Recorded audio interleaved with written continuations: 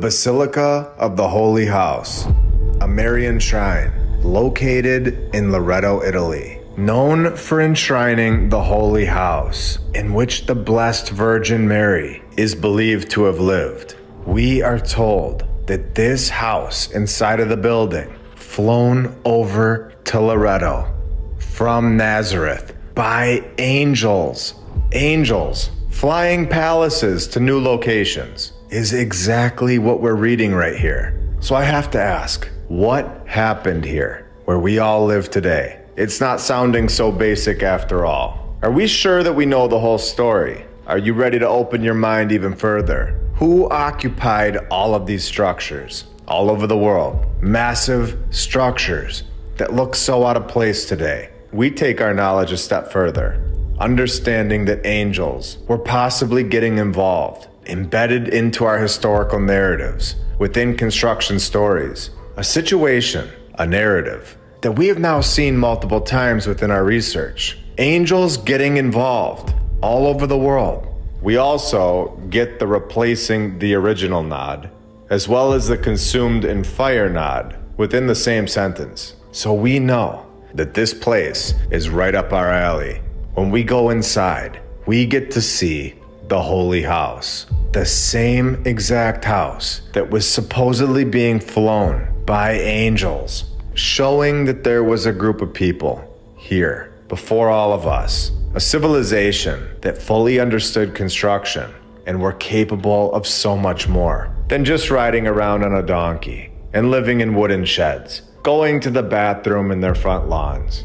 This is elite construction, elite technology, showing that the history that we've all been told has massive holes in it. There was a clear understanding of how to put a palace together before we all showed up, and this knowledge was worldwide. Like we have shown time and time again on this channel, there are numerous artistic depictions in and around the Holy House of flying angels carrying this house all the way to this location, where I now have to ask the question, did angels build this thing? We have seen this before in Lalabella, where they got more than a little help from angels, where they came in on the night shift and helped to complete churches. Again, this is the house that Mary, the mother of Jesus, is believed to have lived in. And I think I've said this a lot in the past, but there's always some that need me to say it again. We are just researching here and trying to grow our knowledge of the past with the resources and information that is available to us. And we have learned a lot to this point by simply asking questions and connecting things that we've seen before, connecting patterns and the rest. You can always think whatever you'd like, but if there is information that tells us that angels were here and carried and possibly constructed palace-like structures, I'm going to let you know about it. It would be one thing if this was a one-off. One thing if it's just in one religion's narrative. The thing is it's everywhere. Angels being involved in constructing palaces would be shocking. It would change everything about what we know about this place. It would give this place that we all live an extremely deeper meaning, showing that these so-called myths may not be so mythical after all. When we go to Mecca, Saudi Arabia, and we see the Kaaba, we are told that this is the holiest shrine in Islam. We also get the reconstruction story again, but yet again, we are told within a separate religion that the initial structure was built by the angels. Allah instructed the angels to build the Kaaba. After its construction, the angels revolved around it. I also understand that these stories could just be made up. The thing is that something happened here. Someone built these structures, and these structures are beyond what we're being told about in History 101. The structures are so out of place, and people that are born hundreds of years later, us, we intuitively understand that they are important without having any backstory at all. Sharing this information is what we are doing. Adding a possibility to the table that the local legend may be filled with more truth than what is being written within our textbooks, The fact of the matter is that somebody constructed these palaces. We can all go inside of them. And we're all at the point of trying to figure out how they all got here. Who built them? Where did this knowledge go? Why does it not fit in at all with the cowboys and Indians stories? Why did we go from palaces in every continent to dirt roads, donkeys incorporated, hammers and chisels with porta potties in the backyard? What happened? Did angels really assist in the construction that we all see today? Palaces that are now taken over and used to rule over us. Is this what's going on? You tell me. One thing is for sure. We are learning more and more by the episode. We are gaining more and more knowledge as a community, connecting dots, adding people that hold different skill sets, different knowledge, all coming together with different viewpoints, all to figure out what really happened here. The truth. One of the most incredible structures in the world today is the Chartres Cathedral, located 50 miles southwest of Paris, France. Constructed yet again in the 1200s, and yet again told that it stands on the same exact site of at least 5 cathedrals that have occupied this exact same site. A very clear nod, repeating narratives all over the world. This is the 5th one, and then stands on Romanesque basements. We all know about the basements at this point. Episodes 72 and 78. Catacombs underneath the churches, generating an energy connecting with the bones underneath the floor. These buildings are so much more than what we are told and expand throughout the entire city underground. We have shown this. So what happened to the previous 4 churches? Did you know about this pattern 5 years ago? Did you know that it was all over the world? Did you know that every single one of these structures from the old world held the exact same narrative? When did we all learn about this knot? That at least 5 cathedrals have stood on this site, each replacing an earlier building, damaged by war or fire. The year 743, the church was finally mentioned in text. If you can go and visit this thing, I suggest doing that as soon as possible. The year 1020, fire damages the cathedral. The year 1094, fire destroys much of the city and a large part of the cathedral. Again, rebuilding it no problem at all 1,000 years ago. It's ridiculous. Just do a little fundraising in 1094, and we're all back in business. Until, of course, 1507 comes around, when the North Tower is damaged by fire. I personally believe, and have said this in the past, I believe that the more fire that is thrown into the story, I believe, the bigger the treasure. 1836, fire destroys the roof beams and roof. And then this group is here to save the day yet again. Just take a look at this thing for a minute. Look at the griffin right here. The detail is insane. It's so obvious at this point that what we are being told about our past is missing a massive civilization, or civilizations, that were extremely advanced and their work lasts forever. Our history is important because it proves that where we live is so much more in depth, it has so much more meaning than what we're being told. Purposely chopping off the heads of these individuals in the middle. We have seen this so many times. Hiding what people used to look like, in my opinion. It would change everything. We've seen where the heads go rolling down the hill from a picky earthquake. We just need 50 meters of crushed stone way up on that mountain, 7,000 feet in the air. What would we do without that crushed stone 2,000 years ago? This story is ridiculous, where the statues, each over 9 meters tall, have all been damaged by earthquakes. But these were no ordinary earthquakes. These were the earthquakes that would chop the heads off of statues from 2,000 years ago. Extremely picky earthquakes that just wanted the heads. All documented. No, of course it's not. Where the earthquakes took their stone heads and sent them rolling down the hillside. Or did someone go in there and remove the heads? But the arms and the legs are perfectly fine. So what are they hiding here? There's angels depicted all over this thing. I don't believe this is just art. I think there is enough evidence at this point that angels were here. I don't believe that they just accidentally construct statues of people with wings in so many different continents 1,000 years ago, all on accident, with more statues' heads removed here down at the bottom. A clear attack on our true past, over and over. Again, right here. Look at this thing. How many arms and legs do you see that got removed from this depiction? And then count how many heads. They are removed all over this thing. Was there another type of being here that we aren't supposed to see? We can see that the angels are here yet again in the middle. I do see a hand chopped off here in the center, where you have to ask, was he holding something of significance? Because the guy next to him is holding a box, so it seems like they both might have been holding something. And then the entire group down here got their heads taken. So there's something to this for sure. 1, 2, 3, 4, 5, 6, 7, 8. 8 heads on the right. And then 1, 2, 3, 4, 5, 6, 7, 8, 9 on the left. Is this by accident?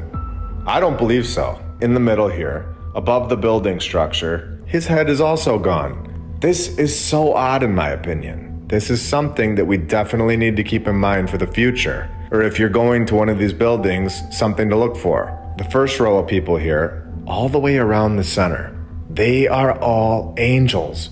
Every single one of them are angels. There's like 30 angels depicted here. All by mistake? I don't believe that's a mistake one bit.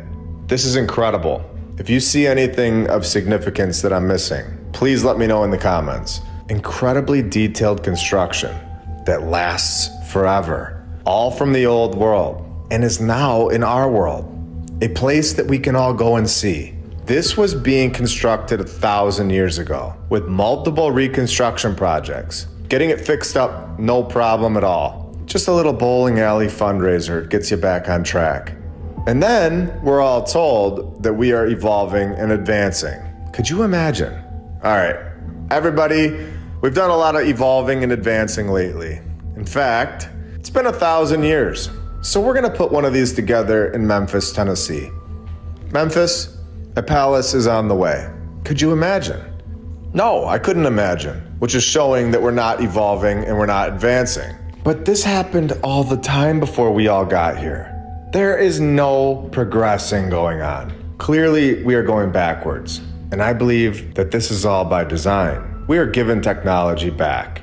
Technology that has all been here before. This place that we all live seems like it had things here. Things that don't look like us at all. We've seen it over and over again. Whether it was from text or statues, like we have all over this structure. There are so many depictions of people with faces that are on their stomach. Individuals with horns. Horses that fly. And I gotta be honest with you, I have no idea where we are or what has been here. The further that I go into this research, the more that we find. At this point, I personally have to look at this structure. I have to trust what it's depicting more than what someone wrote 25 years ago. The ones that constructed this were, in my opinion, depicting what they knew about the world that they lived in. Angels all over the place. Women marrying, or at least together, with individuals with horns. And what is this guy doing with his hand? I think I've seen that gesture before. And then we get a floor pattern inside. Clearly, it's a technology that we all thought was just a nice addition to the place, where it is thought that the bishop would dance through the labyrinth with parishioners as a part of a religious ritual. Rituals going on inside of the structure. Things happening today that a lot of us don't understand. And then we enter them freely, uneducated as to what is actually going on or has gone on. We do not understand the true purpose of this place that we live by design. And I'm gonna say it again. Not every one of these places are used for this, but some clearly are. Used in multiple continents. It's a technology for sure, from the old world. And not all technology from the old world is good. Rituals to honor the spirits, The Chinese used them to keep time in ceremonial rituals. What is a ritual, you might ask? I'm not going to get into it too far, but we all know that there are some rituals out there that have been depicted for a very long time. Offerings, sacrifice, something that has been going on for a very long time. And I'm just going to move on at this point. The Church of the Resurrection, which we have discussed, palaces from the old world that are still here today. We are told it was built on the site that Jesus was crucified and buried. And we know this part. We've talked about it. But did we know that some stories suggest that angels appeared to Constantine the Great's mother, Saint Helena, and guided her to the site where the church was to be built? And then we're told that the angels are just symbolic.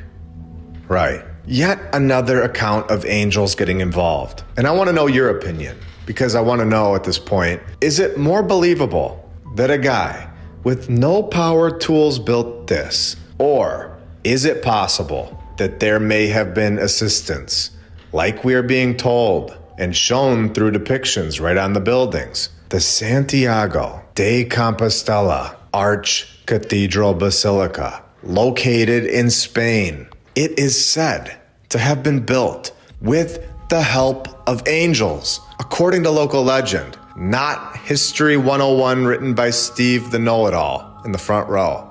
Of course, no offense to all the Steves out there. The Apostle St. James, his remains were yet again transported to the site by angels. Later, when the cathedral was being built over his tomb, angels, just like we have shown over and over, believed to have provided assistance to the previous civilization, the old world, yet again providing assistance to the workers to construct a palace-like structure that lasts forever, and yet again has depictions of those angels all over it, on the outside of the building as well as the inside. Are you ready to go back into the catacombs?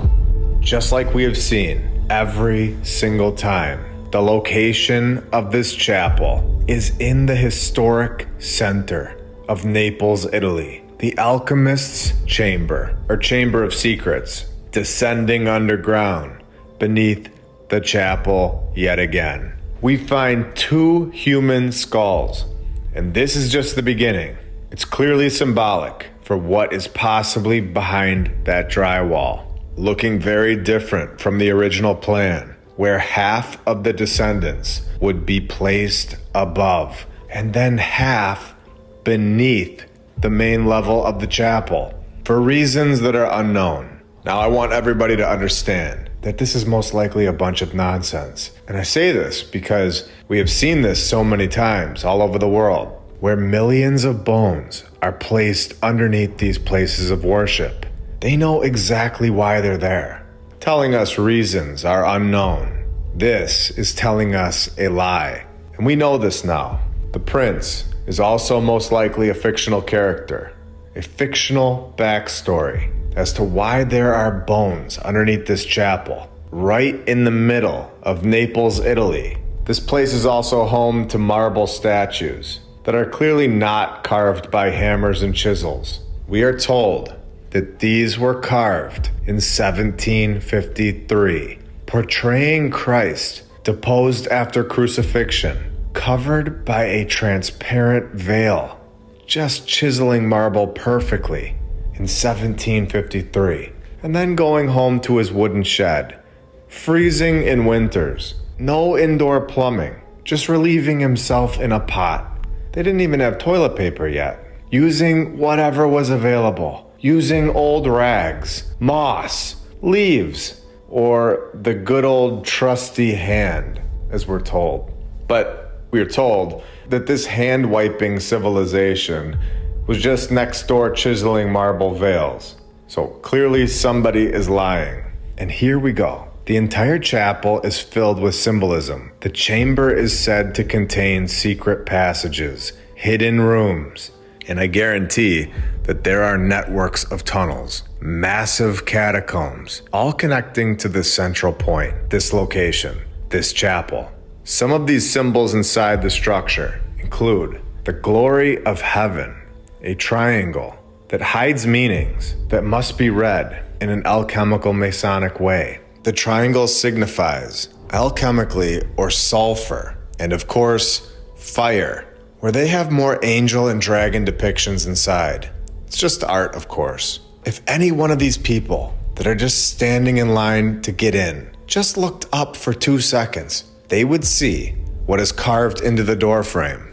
This place, in my opinion, without a doubt, is a massive network of catacombs located right below their feet. Hidden rooms, secret passages, skulls on their front door, symbolism all over the place here. Let's take this up a notch and go even deeper. Staying in Italy, more specifically, Rome, we have the Our Lady of the Conception of the Capuchins, a Roman Catholic church. It is the first Roman church dedicated to the Immaculate Conception. Looking very nice and peaceful inside the building. Nothing too crazy. Everything is just fine until you scroll down to the crypt section. And just like we found on this channel back in episode 72, part 1 of the Catacombs, the crypt is located under the church. Every single time this is the case, holding the remains of thousands of people, thousands of bones, right below the floor of this church. The crypt is divided into 5 chapels, lit only by dim natural light, seeping in through the cracks. The crypt walls are decorated with the remains in elaborate fashion, making this crypt a work of art. This is insane. Can you believe that this is going on under so many churches in so many countries, proving that this was a common practice? It was not just a clear space for the cemeteries. In my opinion, it was a ritual. And I say possibly, but I mean probably, still is today.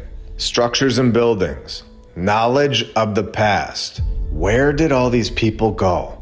Why didn't the great fires of the 1800s kill thousands of people? Inhaling smoke would have done this by itself, and we've shown this. What if these great fires did? Or what if they were already gone and placed into geometric patterns? A previous civilization placed right under all of our feet, unaware that they were all under our feet, under the places of worship, until now. The crypt originated of a rich and creative cult for their dead. Great spiritual masters meditated and preached with a skull in their hand. Meditating with a skull in their hand under a church. What are we reading? What is going on here? I definitely was not taught about this in History 101, or 102 for that matter. With a bone-chilling message, a plaque right here in the center. In one of the chapels reads, in 3 languages, "What you are now, all of us, we once were, the previous civilization. What we are now, the catacombs, dead skulls, being used as meditation, you shall be, all of us." Basically giving away their plan right here on this plaque, and what they have done to the previous civilization, putting them under our feet, putting them in places of worship. Let's read this again. What you are now, we once were. What we are now, you shall be. Crazy that they put this right on the wall, telling us what the plan is, and showing who those people are. I think this proves who they were and where the previous civilization really went. And it would be one thing if this was the only one in the world. But like we have shown now within episode 72, episode 78, and now episode 92, this is not even close to a once-off. It's in so many countries, and most of it is not open to the public, meaning that there are most likely so many more people that we're not told about or can see. We have seen this in Odessa. The catacombs are 1,600 miles long, a 3-level system, reaching a depth of 200 feet below the sea level. a massive network. Or the Paris Catacombs. We are told that they are 174 miles long. However, only a small portion is open to the public, extending deep beneath the city streets, representing one of the largest grave sites in the world. So we don't know if they are bigger than 174 miles, but to suggest that they could fit a previous civilization, I mean, they definitely could. Now we're gonna move to Poland. We have the Skull Chapel. There's nothing weird going on here at all. No skulls on the door, not a single symbol that would give anything away. Do you see anything odd about this picture?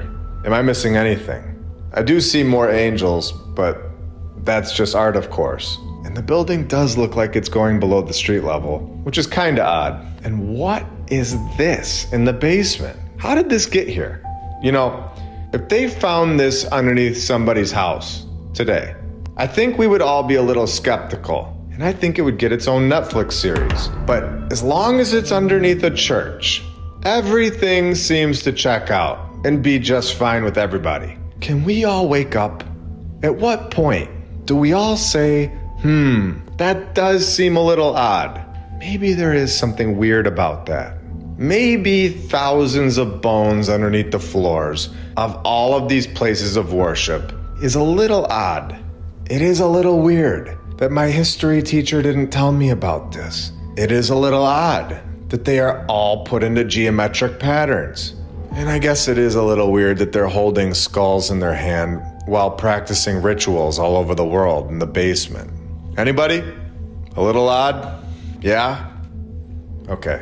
And a nice no touching sign right here, in case anybody is insane and wants to do that. Ritualistic intentions, in my opinion, right beneath your feet, all over the world. Collecting the bones, cleaning them all up, and putting them under the chapel. The Sedlic Ossuary, Czech Republic. I told you we are just getting started, and I'm going to turn your reality upside down. I'm going to show you something that you will never unsee. The ossuary is estimated to contain skeletons of between 40,000 people and 70,000 people. And we know it is most likely more, whose bones have in many cases have been artistically arranged to form decorations and furnishings for the chapel. Tell me, at what point do you think that these people have your best interest in mind? At which point do you start thinking for yourself? Understand that what you've been told is planned. There was a previous civilization here, a civilization that was just like us, that was extremely advanced. They held the technology to create massive palaces all over the world. We have shown this. Masterpiece marble art that will be here forever. Again, all of this information is sitting right in front of your face. It's always been here. These places are real. We can all go and see them whenever we'd like. It's up to you to open your eyes and see the truth. I'm gonna say it again. Imagine any other place in the world, a grocery store, somebody's house, a warehouse, a restaurant, a mall, anywhere else. Imagine that they had 40 to 70,000 people, bones, laid in artistic designs under their floors, holding skulls in their hand for meditation. What would we all think about that place? Why is this so acceptable? Because it's under a church. This is strategic. It's by design. The ossuary is among the most visited tourist attractions of the Czech Republic, drawing over 200,000 visitors annually, with chandeliers of bones containing at least one of every bone in the human body hangs from the center of the nave, with garlands of skulls draping the vault. Why is this a place that people are paying to visit? If I'm just being honest, they've done an incredible job manipulating the masses, telling us it will be us right on the wall one day. And we pay them to go look at the people that are now chandeliers. And they are so good at doing this that it's now somehow normalized. One of the most disgusting places in the world. in my opinion. Hundreds of thousands of us pay to go inside every year. Have we all lost our minds? We have shown that these things connect to schools, places of worship, hospitals, and then they put this kind of art in there. A decoration, apparently. Moving over to the Chapel of Bones.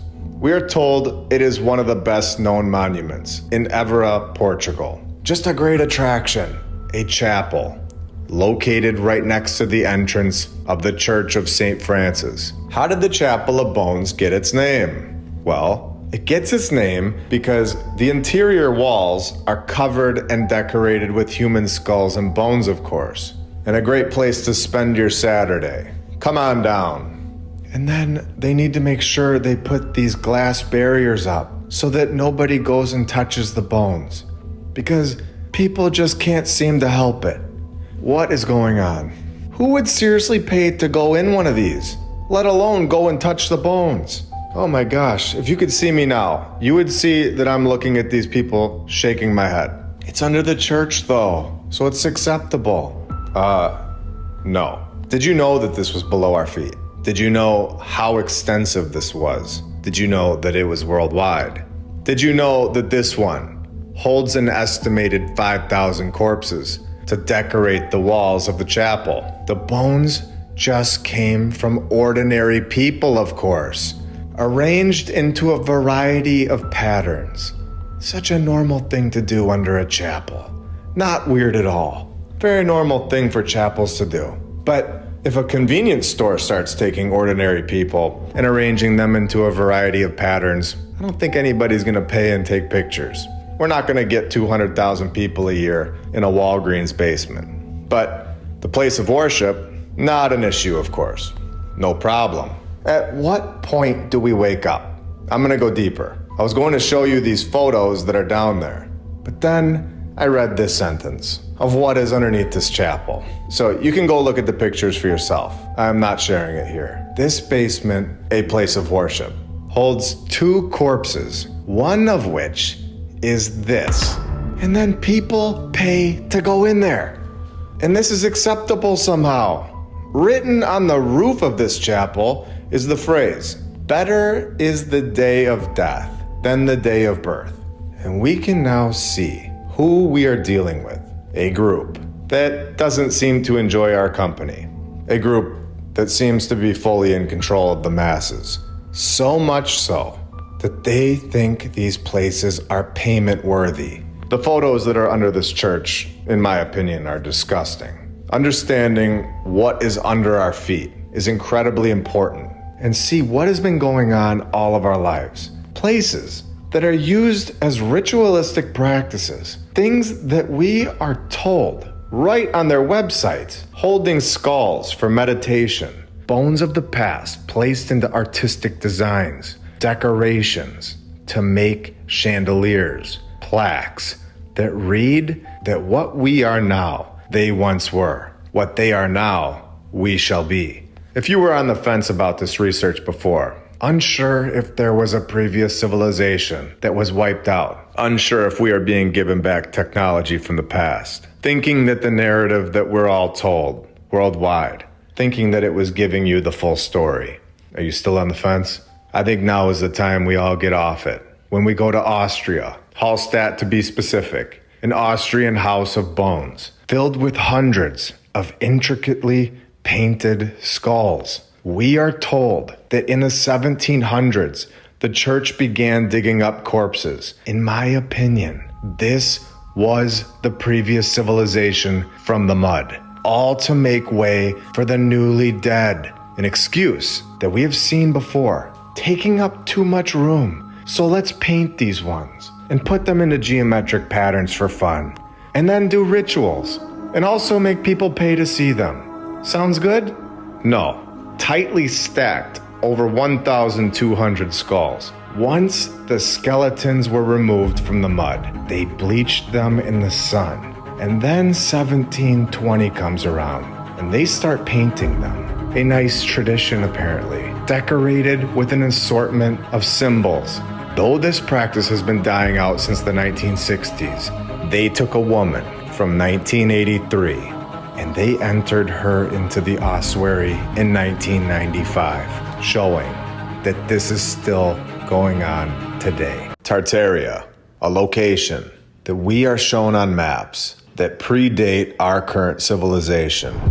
Tartaria, a location that has been kept quiet from all of us within the education systems all over the world. A location that we can clearly see is Russia on a modern day map, with a population of around 4 million people today. Located within Russia's walls, there is a location today that is called Tatarstan, officially the Republic of Tatarstan, and sometimes called Tartaria, where they just removed the R. And this is just the beginning. Wait until you see what is still standing in this location today. But first, I think that their coat of arms needs to be exposed. We know that Tartaria's flag depicted a griffin. We can zoom in here on it and get a better look. As we go back to the historical coat of arms of this location, of Tatarstan, we see their seal from 1672, and of course, changed to this in 1856. And once 1920 hit, the process of removing the old world, the previous civilization, was in full swing. And this became their new seal, showing their hammers and chisels and a logo that some will recognize very well. A takeover worldwide. The Republic of Tatarstan with their griffin seal. It's very interesting.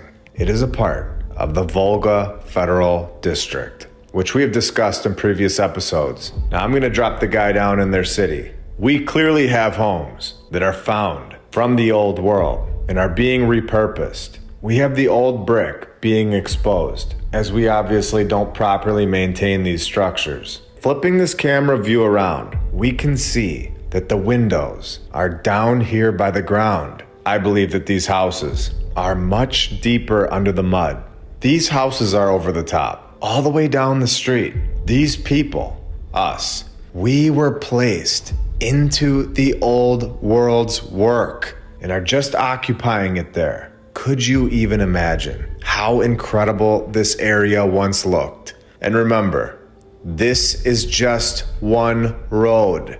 Just wait until you see the rest. Let's continue down the road, and you can see, fenced off here, we have an old world structure that has gotten a new paint job clearly. This is the Nicholas Cathedral, with a historical narrative showing that there was, of course, a previous church here on this site, telling us that in 1565, there once stood a wooden church. 1565. Knowing the exact date of the wooden church, telling us that the current temple, judging by its architectural forms and decor, was maybe built in the middle of the 17th century.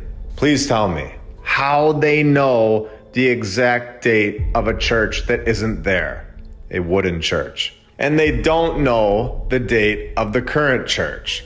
It is complete nonsense in my opinion.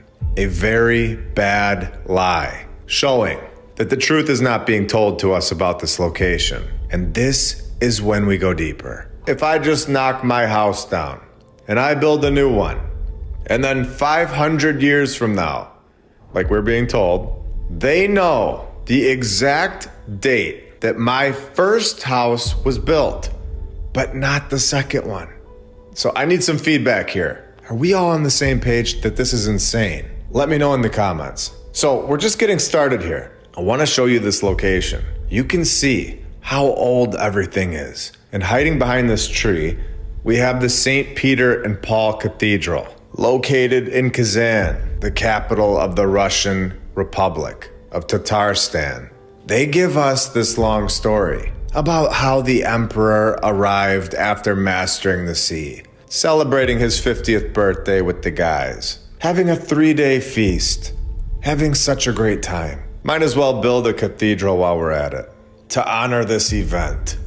Why not? So the cathedral, of course, had a prior cathedral, because these stories are clearly written by an AI. And I think we can confidently say that at this point. all over the world, we get the same structural narrative. So they knock out the cathedral in just 4 years, in the early 1700s, and the computer cannot forget to throw the destruction story right into the narrative. When shortly after the building was done, it suddenly collapsed.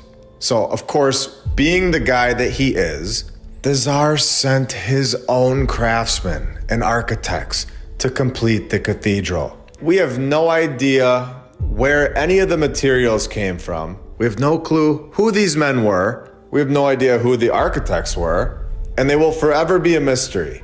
But I'm just so thankful that we know all about the 50th birthday party they had and the 3-day feast. That kind of information just distracts me. I love it when they throw the backstories in there, so I never have to focus on who actually builds the palaces. No. To prove that this is a worldwide operation, and this is an AI-generated story, to trick all of us into thinking that this structure isn't from the previous civilization.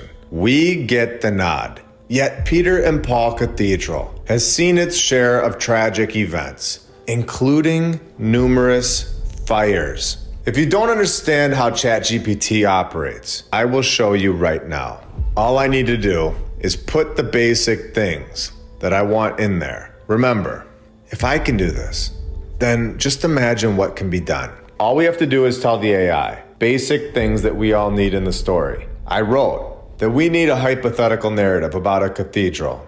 I need construction dates that lasted 4 years. I need a destruction story because they all have one, with a savior. And I need a fire story, of course. And the cathedral manages to recover every time. Just like we are shown here, where the cathedral manages to recover every time and retain its former beauty. Place this time period in the 1700s and make it 4 paragraphs. This is how fast our history can be written. And this is how fast a population worldwide can be tricked and manipulated. This technology is not new. And we are now learning this and exposing it to the world. That the narrative that we are all shown in classrooms from day one is, in my opinion, all created just like this. In the early 1700s, the Grand Cathedral began its construction in the heart of a bustling European city, where the townspeople marveled at the design. Construction lasted from 1703 to 1707. Tragedy struck just 5 years later, just like we see every single time in these narratives, when a violent storm comes through and lightning hits the tallest spire, another nod that we always see. Remember, repetition gives it all away. The system doesn't know any other way. It's not a human.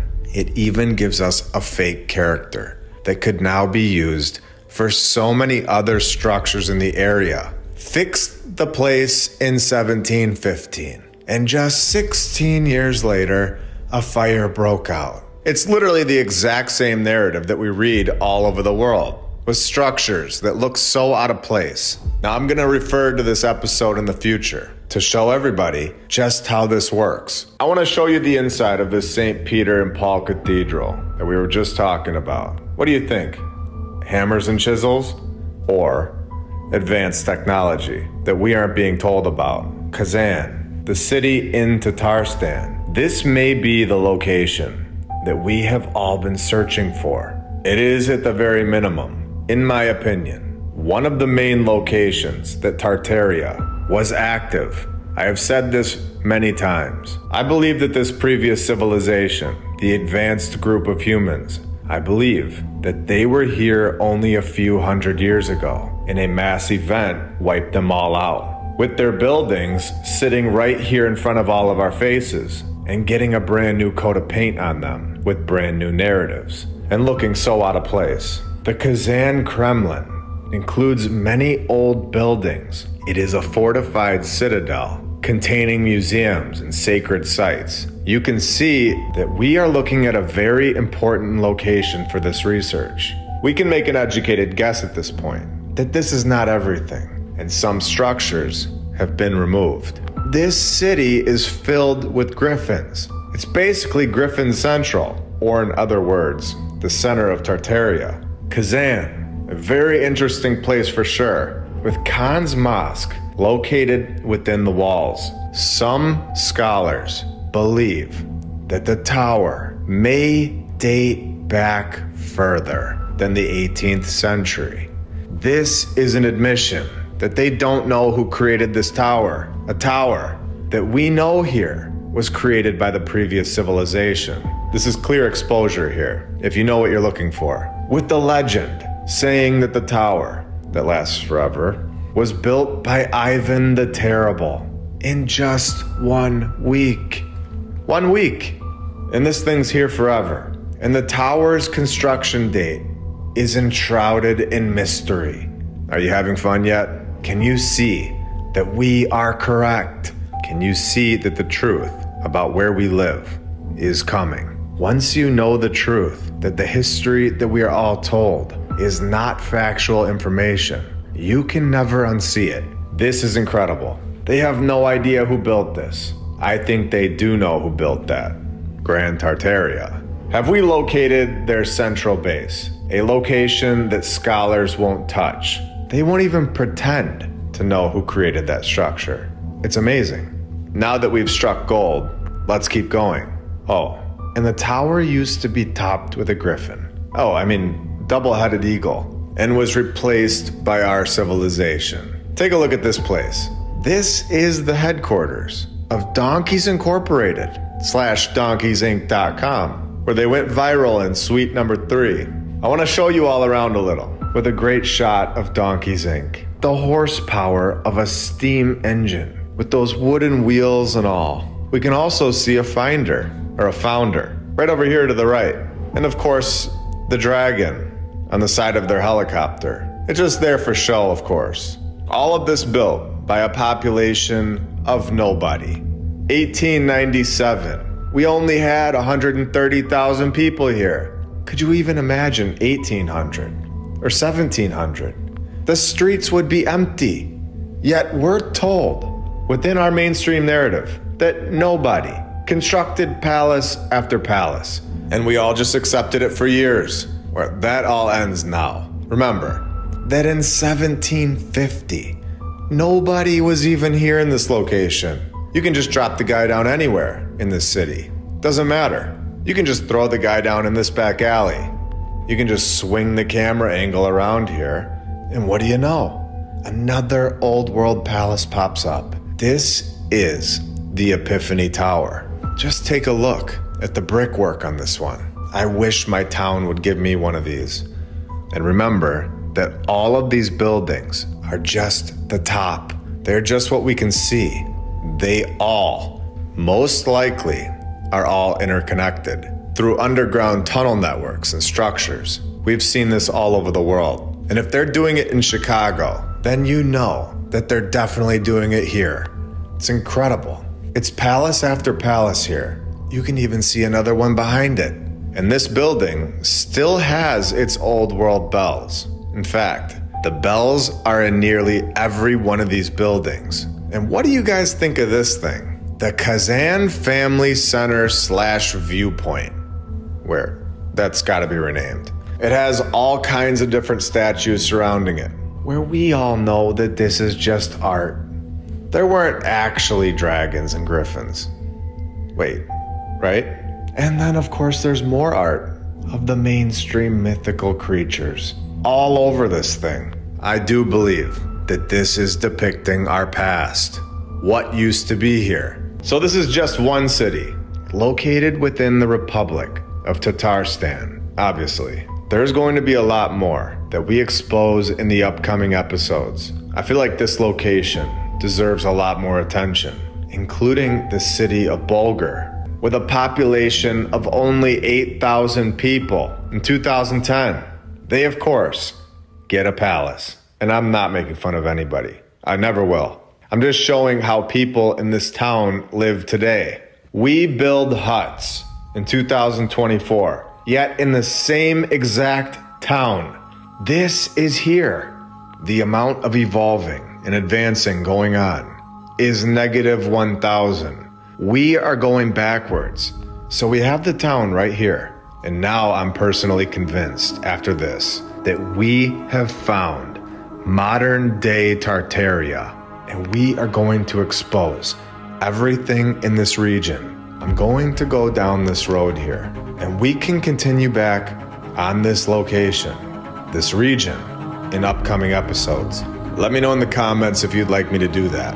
Because right here, there is a gas station. Can you see what that logo is? Can you see that Tartaria may still be here, where it has been hiding in this location and is now ready for us to share it to the world?